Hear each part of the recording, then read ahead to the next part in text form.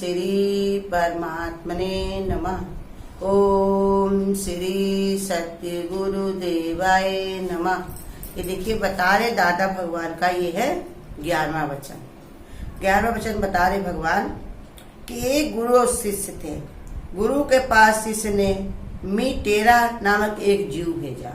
गुरु का जो शिष्य था वो गुरु से थोड़ी दूर था, तो उसने गुरु को कोई शिष्य मिलने जा रहे थे गुरु से, तो उसने मिटेरा नाम का एक जो है जीव कीड़ा गुरु को डिब्बे में दे करके उससे कहा ये हमारे गुरु को दे देना। गुरु ने मिटेरा का अर्थ लिया कि मी माने मैं और टेरा माने तेरा। गुरु ने उसको जो कीड़ा देखा तो उसको शिष्य तो जो लेकर के आया था वो समझ नहीं पाया इसमें ये क्या भेज रहा है, लेकिन गुरु तत्वज्ञानी होते, उनके इशारे को भी समझने वाले, इशारे देते भी संतों को, अपने आप भी जानने समझने वाले। तो गुरु ने उसको समझ लिया मी माने मैं और तेरा माने तेरा, अर्थात गुरु में तेरा हूँ। इस बात से जवाब में गुरु ने उसको मेढक भेज दिया। मेढक को सिंधी भाषा में कहते हैं देडर। मेढक को हम लोग कहते हैं मेढक और सिंधी भाषा में कहा जाता देडर। तो अर्थात तुमने अपने को गुरु के हवाले किया है तो डरना नहीं। गुरु ने उसको एक जवाब के रूप में मेढक भेज दिया। इसलिए गुरु हमको बताते हैं कि तन मन धन अब गुरु का है, हमारा नहीं। अगर हमने समर्पण किया है तो गुरु कहते अब वो हम गुरु का ही समझो। अब गुरु के शरण में जब डाल दिया तो गुरु का ही समझो, जैसे वो चला है वैसे चलो। जैसे आजकल देखो सब भारतवासी क्या कहते हैं, सीताराम सीताराम सीताराम कहिए और जय विधि राखे मोदी, वही विधि रहिए। वही गुरु बता रहे। देखो हम बात भूमि में रहते हैं, आज को देश को जरूरत है कि हम अपने घर में रहें, सबकी सुरक्षा के लिए ये फैलाए नहीं। अगर 4 लोग अगर इकट्ठा होते हैं तो 10 लोग इकट्ठा होंगे, 10 लोग की जगह पर 25 लोग 50 लोग इकट्ठा होंगे। इससे क्या होगा और समस्याएं बढ़ेंगी। इसलिए गुरु कहते अपने मन को ये मजबूत करो समझाने के लिए। लेकिन हमारा समर्पण कैसा रहता है संसार में, जैसे बताया कि एक बार एक पंडित जी जो थे तो उनको एक जो है सेठ ने उनको गाय दान की और कहा गाय को ले जाओ, हमने आज इसको दान कर दिया। तो उन्होंने कहा कि ठीक है दान कर दिया तो ठीक है। पंडित जी ने कहा देखो मैं तुम्हारे ही नाम कर रहा हूँ। तो पंडित जी ने कहा हाँ जब तुमने हमको दान की है तो हमारे नाम से कर रहे होगे। तो कहा कि नहीं अभी तुम्हारे पास ही रहेगी। कहा हाँ जब तुमने दान किया है तो ये हमारे पास ही रहेगी। कहा लेकिन जब ये गाय भी आए तो इसका दूध हमको दिए जाना। तो पंडित ने कहा ये कैसा दान है कि खिलाए पिलाए हम देख रेख करें हम इसकी और दूध तुमको दे जाए। ऐसे हम लोग को भी गुरु बताते हैं तुम्हारा भी समर्पण ऐसे ही होता है। तुम कहोगे गुरु हम तुम्हारे हैं लेकिन हमारे घर की रखवाली करते जाना, हमारे शरीर की देख रेख करना, हमारा मान सम्मान की देख रेख करना, यही है दूध को मांगना। माने जो उसका गाय का मेन मतलब है। तो गुरु कहते हैं उसी में मन मेरा पड़ा रहता। माने मन हमारा दिया नहीं हमने कुछ भी, बल्कि और हम ज्यादा से ज्यादा लेने की हमारी चाहना है। और गुरु ये बता रहे कि जब तुम हमारी शरण में आ गए हो तो तुम्हें तन मन धन की किसी भी चीज की परवाह नहीं करना चाहिए। भगवान हमसे ज्यादा होशियार है, हमसे ज्यादा समर्थवान है, हमसे ज्यादा ज्ञाता है, तो इसलिए हमें उसकी रजा में राजी रहना चाहिए। अब ये बता रहे 12वां वचन, ये दादा भगवान के अनमोल वचन जो हैं 1994 के वचन हैं। दादा भगवान के वचन हमारे गुरु ने इनको लिखा और ये जीवन में हम लोगों को लगाने के लिए आगे बताया। तो ये बता रहे भगवान ये है 12वां वचन। एक बार यदि किसी से ये बता दिया कि तुम इस रास्ते से मत जाना तो वो खतरनाक है, तब यदि हम उस रास्ते पर उसी मार्ग पर जाएं तो भगवान कहते हैं तो फिर हमें कौन बचाएगा। कौन बचाएगा? क्योंकि जब भगवान ने प्रहलाद को खतरे से बचाया था तो क्राइस्ट को मारा भी था, अर्थात जानबूझकर खतरे वाले रास्ते से हम क्यों जाएं। जैसे गुरु कहते हैं अगर कोई हमको कोई टोकता है बताता है तो हमको मानना चाहिए, समझना चाहिए। जैसे गुरु दृष्टांत बताते हैं कि एक जो है गुरु ने उनको सिखाया था अपने शिष्य को कि हर जगह पर भगवान है, हर जगह भगवान, एक भगवान के अलावा दूसरा और कुछ नहीं बना है। तो भाई शिष्य ने कहा ठीक है, उसने मान लिया। एक बार क्या हुआ, एक पीलवान अपने हाथी पर सवार था और हाथी था पागल। तो पीलवान ऊपर से चिल्ला चिल्ला के कह रहा था कि भैया हट जाओ हट जाओ हट जाओ, लेकिन वो जो जिसने अपने दिमाग में इसे रखा हुआ था कि गुरु ने कहा सभी में भगवान सभी में भगवान, ऐसे करते हुए वो आगे आ रहा था। पीलवान चिल्ला चिल्ला के कह रहा था कि हट जाओ भैया हट जाओ, लेकिन नहीं माना। आखिरी में आगे सामने आया तो भाई हाथी ने उसको क्या सूंड से उठाकर पटक दिया। जब उसको चोट लगी तो चिल्ला चिल्ला के रोने लगा कि भगवान ये तुमने क्या किया, तुम तो कहते हो सभी में भगवान सभी में भगवान, ये क्या। तो एक संत वहां से जा रहे थे, कह रहे थे देखो गुरु ने जब तुमको बताया ये बात कि सभी में भगवान है, तो क्या वो हाथी में भगवान है, तो क्या वो पीलवान जो तुमको मना कर रहा था क्या उसमें भगवान नहीं है? तुम्हें उसकी भी बात माननी। हम लोग ये नहीं जान पाते हैं, जिसमें हमारा मन करेगा उसे हम भगवान मान लेंगे, जिसमें मेरा मन करेगा उसमें हम शैतान मान लेते हैं। यही हमारी भूल। गुरु कहते देखो अगर वो शैतान है, कोई उसके अंदर कोई ऐसा कर्म है तो उसकी सजा वो काटेगा। तुमको सबके अंदर भगवत भाव रखना है और हर बात पर ध्यान देना है। आखिर इसने हमको टोका क्यों, आखिर हमारा यही तैसी है क्यों हमको बता रहा, जानबूझ के हम जो दूसरे रिश्ते से जा सकते हैं तो इस रिश्ते पे हम क्यों चलें।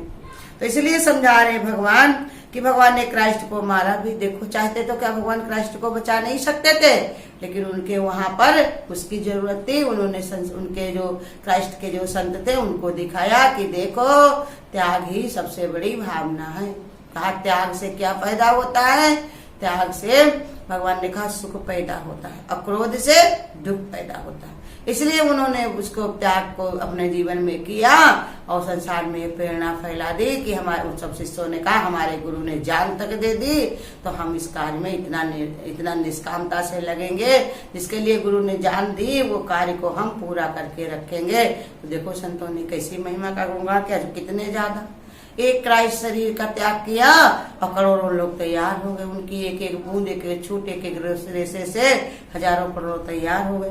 तो इसलिए गुरु बता रहे देखो जैसी जरूरत होती वैसे भगवान करता है, लेकिन हमको हमेशा ये विचार करना है कि गुरु कहते कोई टोक रहा कुछ कह रहा तो उसको मानना भी चाहिए, मानना ही चाहिए। 13वां वचन, 13वें वचन में भगवान बता रहे हैं कि सोचा सोच न होते जो सोचे लखवार। भगवान कहते हैं कभी हमें किसी चीज के बारे में सोचकर स्वयं ही परेशान नहीं होना चाहिए। दादा भगवान की मुख्य वाणी है कि लड़की वाले स्वयं तुम्हारे दरवाजे आकर के कुंडी खटखटा करके अपनी तुम्हारी लड़की को वो साड़ी पहना करके ले जाएंगे। जैसे बता रहे सबसे बड़ी चिंता इंसान को क्या होती है कि हमारी लड़की सियानी है, शादी होगी कि नहीं, लड़का के लिए लड़की अच्छी मिलेगी कि नहीं, बुढ़ापा मेरा आगे कटेगा कि नहीं, क्योंकि भगवान पास जिम्मेदारी है। पहले ही रचा प्रारब्ध ताके पीछे शरीर। यही दादा भगवान हमारे बता रहे कि उसकी चिंता ना करो। हम अपने अनुकूल ढूंढते हैं बर, हम अपने अनुकूल करना चाहते हैं, लेकिन गुरु कहते हैं पहले ही इसके लिए जो भी अनुकूल है वो भगवान पहले ही सब ढूंढ करके सब उसके प्रारब्ध लिख चुका है। तो कहते अपनी लड़की को, तुम्हारी लड़की को साड़ी पहनाकर ले जाएंगे, तुम्हारी लड़की को ले जाएंगे। तुम किसी प्रकार की फिक्र नहीं करनी चाहिए, तुम्हारी कोई प्रकार की फिक्र नहीं करनी है, क्योंकि वो लड़की किसकी है, भगवान की। इसलिए गुरु हमको रोज समझाता है चिंता तो हरि भजन की और की चिंता नहीं। अगर हमको चिंता भी अगर हो तो ये चिंता हो कि हमको भगवान के भजन में लगना है। ये कितने दिन बीत गए, कितना समय हमारा चला गया, हम कब भगवान की ओर मुड़ेंगे। अब किस घड़ी उठ जाए वो आबो दाना, किस घड़ी हमको चला चली हो, किस समय हमको निकलना हो। इसलिए इसकी चिंता करके जितना से ज्यादा हमको हो सके भगवान की तरफ अपना ध्यान विचार रखना है। ये बता रहे भगवान 14वां वचन कि ब्रह्म स्वयं कितना तपता है फिर भी उसके पास जो भी आता है उसे सुख ही देता है। देखो भगवान बता रहे एक ब्रह्म क्या, ये बता रहे वृक्ष स्वयं कितना तपता है फिर भी उसके पास जो भी आता उसे सुख ही देता। कहते गुरु कहते क्या तुम जो है एक वृक्ष से भी ज्यादा तुम सहते हो। कभी कोई कुछ बात कह देता है, कभी कोई समस्या आ जाती, परेशानी आ जाती है तो कितना भी भगवान ने कहा चिंताजनक हो जाते हो, कितनी बीमारियां बुला लेते हो, कितना परेशान हो जाते हो। लेकिन एक वृक्ष देखो बता रहे वो देखो कितना तपता है और सारा जीवन उसका परमार्थ के लिए होता। हवा दे तो अच्छी करके, लकड़ी दे, फल दे, पत्ते दे, हर चीज वो देता है, छांव दे, सबको कितना सुख, चिड़ियों के लिए रहने के लिए, मनुष्य के बैठने के लिए सब सुविधा देता है। कैसे? जब उसके अंदर इतना तपस्या का जीवन। यही गुरु कहते, जब तक तुम अपने को तपस्वी नहीं बनाओगे तब तक तुम्हारा जीवन में कभी परमार्थ नहीं हो सकता, किसी के लिए भलाई नहीं हो सकती। बताए, एक राजा जो थे, उनकी पालकी निकलती हुई जा रही थी। वहीं रास्ते में एक माँ का इकलौता बेटा छोटा सा, रास्ते में क्या है, जामुन तोड़ तोड़ करके वो अपना खा रहा था डीले से। इतने में राजा की पालकी वहीं से निकलती हुई जा रही थी और डीला उसने फेंका, वो राजा के सर में जाके लग गया। राजा के सर में जाके लग गया तो राजा ने कहा कि भाई, गुस्सा गया राजा, वो घर में गया, अपने महल में गया और उसने कहा उस लड़के से जौन है, उस लड़के को ढूंढ के लाओ, हम उसकी जौन है कल फांसी लगाएंगे, उसकी कल फांसी लगा दो। उसने मेरे सर पे मारा और मेरे इतना खून बहने लगा। जब राजा के मंत्री जब लेने के लिए लड़के को आए तो उसकी माँ ने देखा कि देखो, किया तो जरूर हमारे लड़के ने है ऐसा काम, लेकिन फिर भी राजा को हम जौन है जा रहे, राजा से बात करेंगे, हो सकता है राजा की बात समझ में आ जाए। तो राजा के पास जब माई गई उनकी तो कहने लगी, ये मेरा इकलौता बेटा है राजा, अनजाने में गलती हुई, इसको माफ कर दो। राजा ने कहा, नहीं, माफी के योग्य नहीं है, इसे हमारे मारा ना होता तो मेरे इतने खून न गिरा होता। तो उसने कहा, राजा तो क्या पेड़ से भी गया गुजरा है? पेड़ को देखो कोई ढीला मारता है तो वो उसको फल देता है, अब तो तेरे अगर लग गया तो क्या फांसी दे देगा इसको? राजा की बात समझ में आ गई। उसने कहा, क्या सच में मैं पेड़ से भी गया गुजरा हूँ? इसीलिए गुरु हमको रोज सिखाते हैं कि हमारा तपस्वी जीवन होना चाहिए, हमेशा त्याग भावना रहनी चाहिए, परमार्थी विचार होना चाहिए। तो इसलिए गुरु ने मिसाल बताने के लिए 14वें वचन में भगवान ने ये बता दिया कि वृक्ष स्वयं कितना तपता है, फिर भी उसके पास जो भी आता है उसे वो सुख ही देता है। नदियां न पीवे कभी अपना जल और वृक्ष न खाए कभी अपना फल। तो इसलिए समझा रहे, देखो संतों ने इसको विचार भी डालना है। अब ये बता रहे हैं, सारी प्रकृति मौन होकर हमारी सेवा करती है, कभी भी कुछ नहीं कहती। भगवान जी कहते हैं कि हमको भी वृक्ष की तरह बड़ा बनना चाहिए, इतना बड़ा भी नहीं होना चाहिए जैसे खजूर का पेड़। खजूर का पेड़ बड़ा जरूर होता लेकिन उसके किसी को सुख नहीं मिलता। जैसे खजूर जो होता है वो कितना ऊंचा होता है, कितना बड़ा होता है, लेकिन कोई उसके फल तोड़ के नहीं खा सकता, उसकी छाया में नहीं बैठ सकता, उसकी लकड़ी नहीं ले जा सकता जल्दी। तो इस पे ही बता रहे, बड़ा अगर कोई है तो दावा न जमाए, ज्यादा किसी के पर अपना अहंकार न जमाए, जिससे कोई उसे अपने मन की बात भी न कह पाए, पास में कोई बैठ भी न पाए, उसे जो है उसका वो कोई काम के भी नहीं है। तो इसलिए समझा रहे गुरु कि ऐसे बड़े मत बनो, बड़ा वो है जो सब में छोटा बन जाता, सबका आदर करता, सबका सम्मान करता, सबके लिए सुंदर उसका भाव होता, अपने जैसा सबका विचार होता है और सबकी भावना को जल्दी से जल्दी समझ लेता। दिल का बड़ा होना चाहिए, ना कि दावे का, ना कि कद का। तो इसलिए समझा रहे भगवान। अब ये बता रहे 15वां वचन, हर व्यक्ति को उसी चीज की कामना होती है जो उसके पास नहीं होती। जिसके पास वो चीज है तो उसकी वो कद्र नहीं करता, और जिसके पास नहीं है वो सोचता है कि काश मेरे पास भी होती। संसार में क्या नियम है कि जो चीज जिसके पास है वो उसकी कदर नहीं करता, लेकिन जिसके पास नहीं है वही जानता है इसको। तो इसलिए गुरु समझा रहे कि लेकिन हमको गुरु आज बता रहे कि वो जो चीज भी तुमको मिली है तुम्हारे प्रारब्ध से, भाग से, मेहनत से। जैसे बाजार से अगर कोई चीज तुम खरीद के लाते हो तो क्या फ्री में ले आते हो? कहोगे हमने इसमें पैसे लगाया, क्या हम इसको फेंक देंगे? ऐसे ही संसार में भी हमको जो चीज प्रारब्ध से भी मिली है, रुपया, पैसा, धन दौलत, मान सम्मान, लड़के बच्चे, ये सब हमारी कमाई है, इसके कारण आज मिला है। नहीं तो संसार में कितने लोग ऐसे चाहते हैं लेकिन मिलता नहीं। हम उबने थकने लगते हैं कि ऐसे लड़के बच्चे क्यों दे दिया, ऐसा घर द्वार क्यों दे दिया, इतनी जिम्मेदारियां क्यों दे दी प्रभु, ये हमसे कैसे जैसे बोझा लगता है। लेकिन ये गुरु समझा रहे हैं कि जो चीज तुमको मिली है उसकी कदर करना सीखो। जो सत्संग भजन यूं ही करते रहोगे तो जीवन सफल अपना करते रहोगे। जो सत्संग भजन यूं ही करते रहोगे तो जीवन सफल अपना करते रहोगे। फिर ये नर्तन का पाना है मुश्किल, फिर ये नर्तन का पाना है मुश्किल।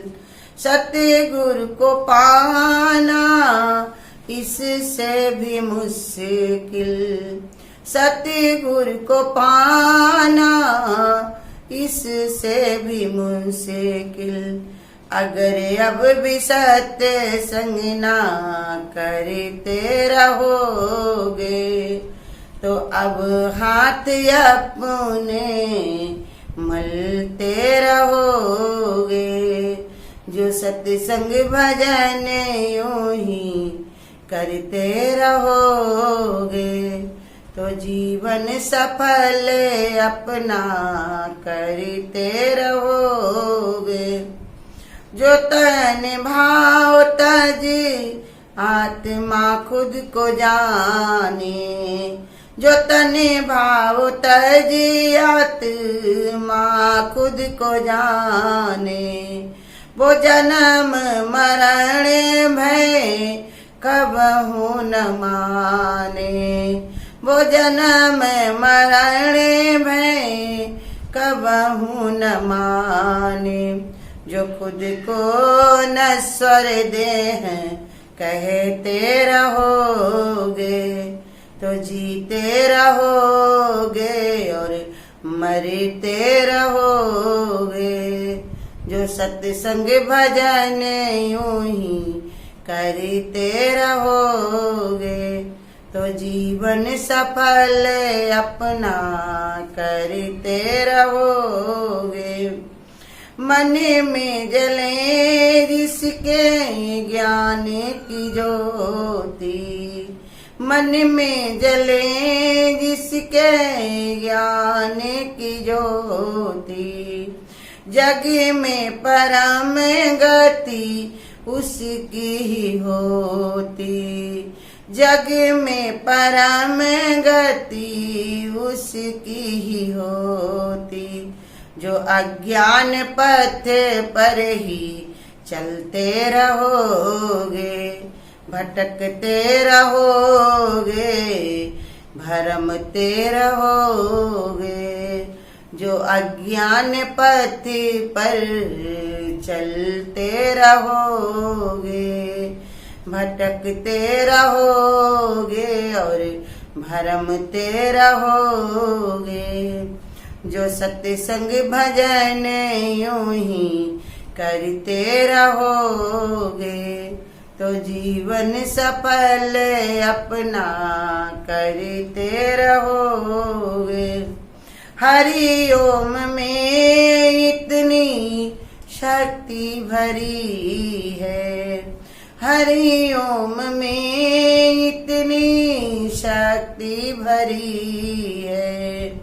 इसी के सहारे मिलते हरि हैं, इसी के सहारे मिलते हरि है। जो हरिओम का जय करते रहोगे तो मुक्ति के राहों में चलते रहोगे। जो हरिओम का जाप करते रहोगे तो मुक्ति की राहों में चलते रहोगे। जो सत्संग भजन ही करते रहोगे तो जीवन सफल अपना करते रहोगे, जीवन सफल अपना करते रहोगे। अगर आपको आज की वीडियो अच्छी लगी हो तो वीडियो को लाइक और शेयर करना ना भूलें। आगे की वीडियोस देखने के लिए चैनल को सब्सक्राइब करें और नोटिफिकेशन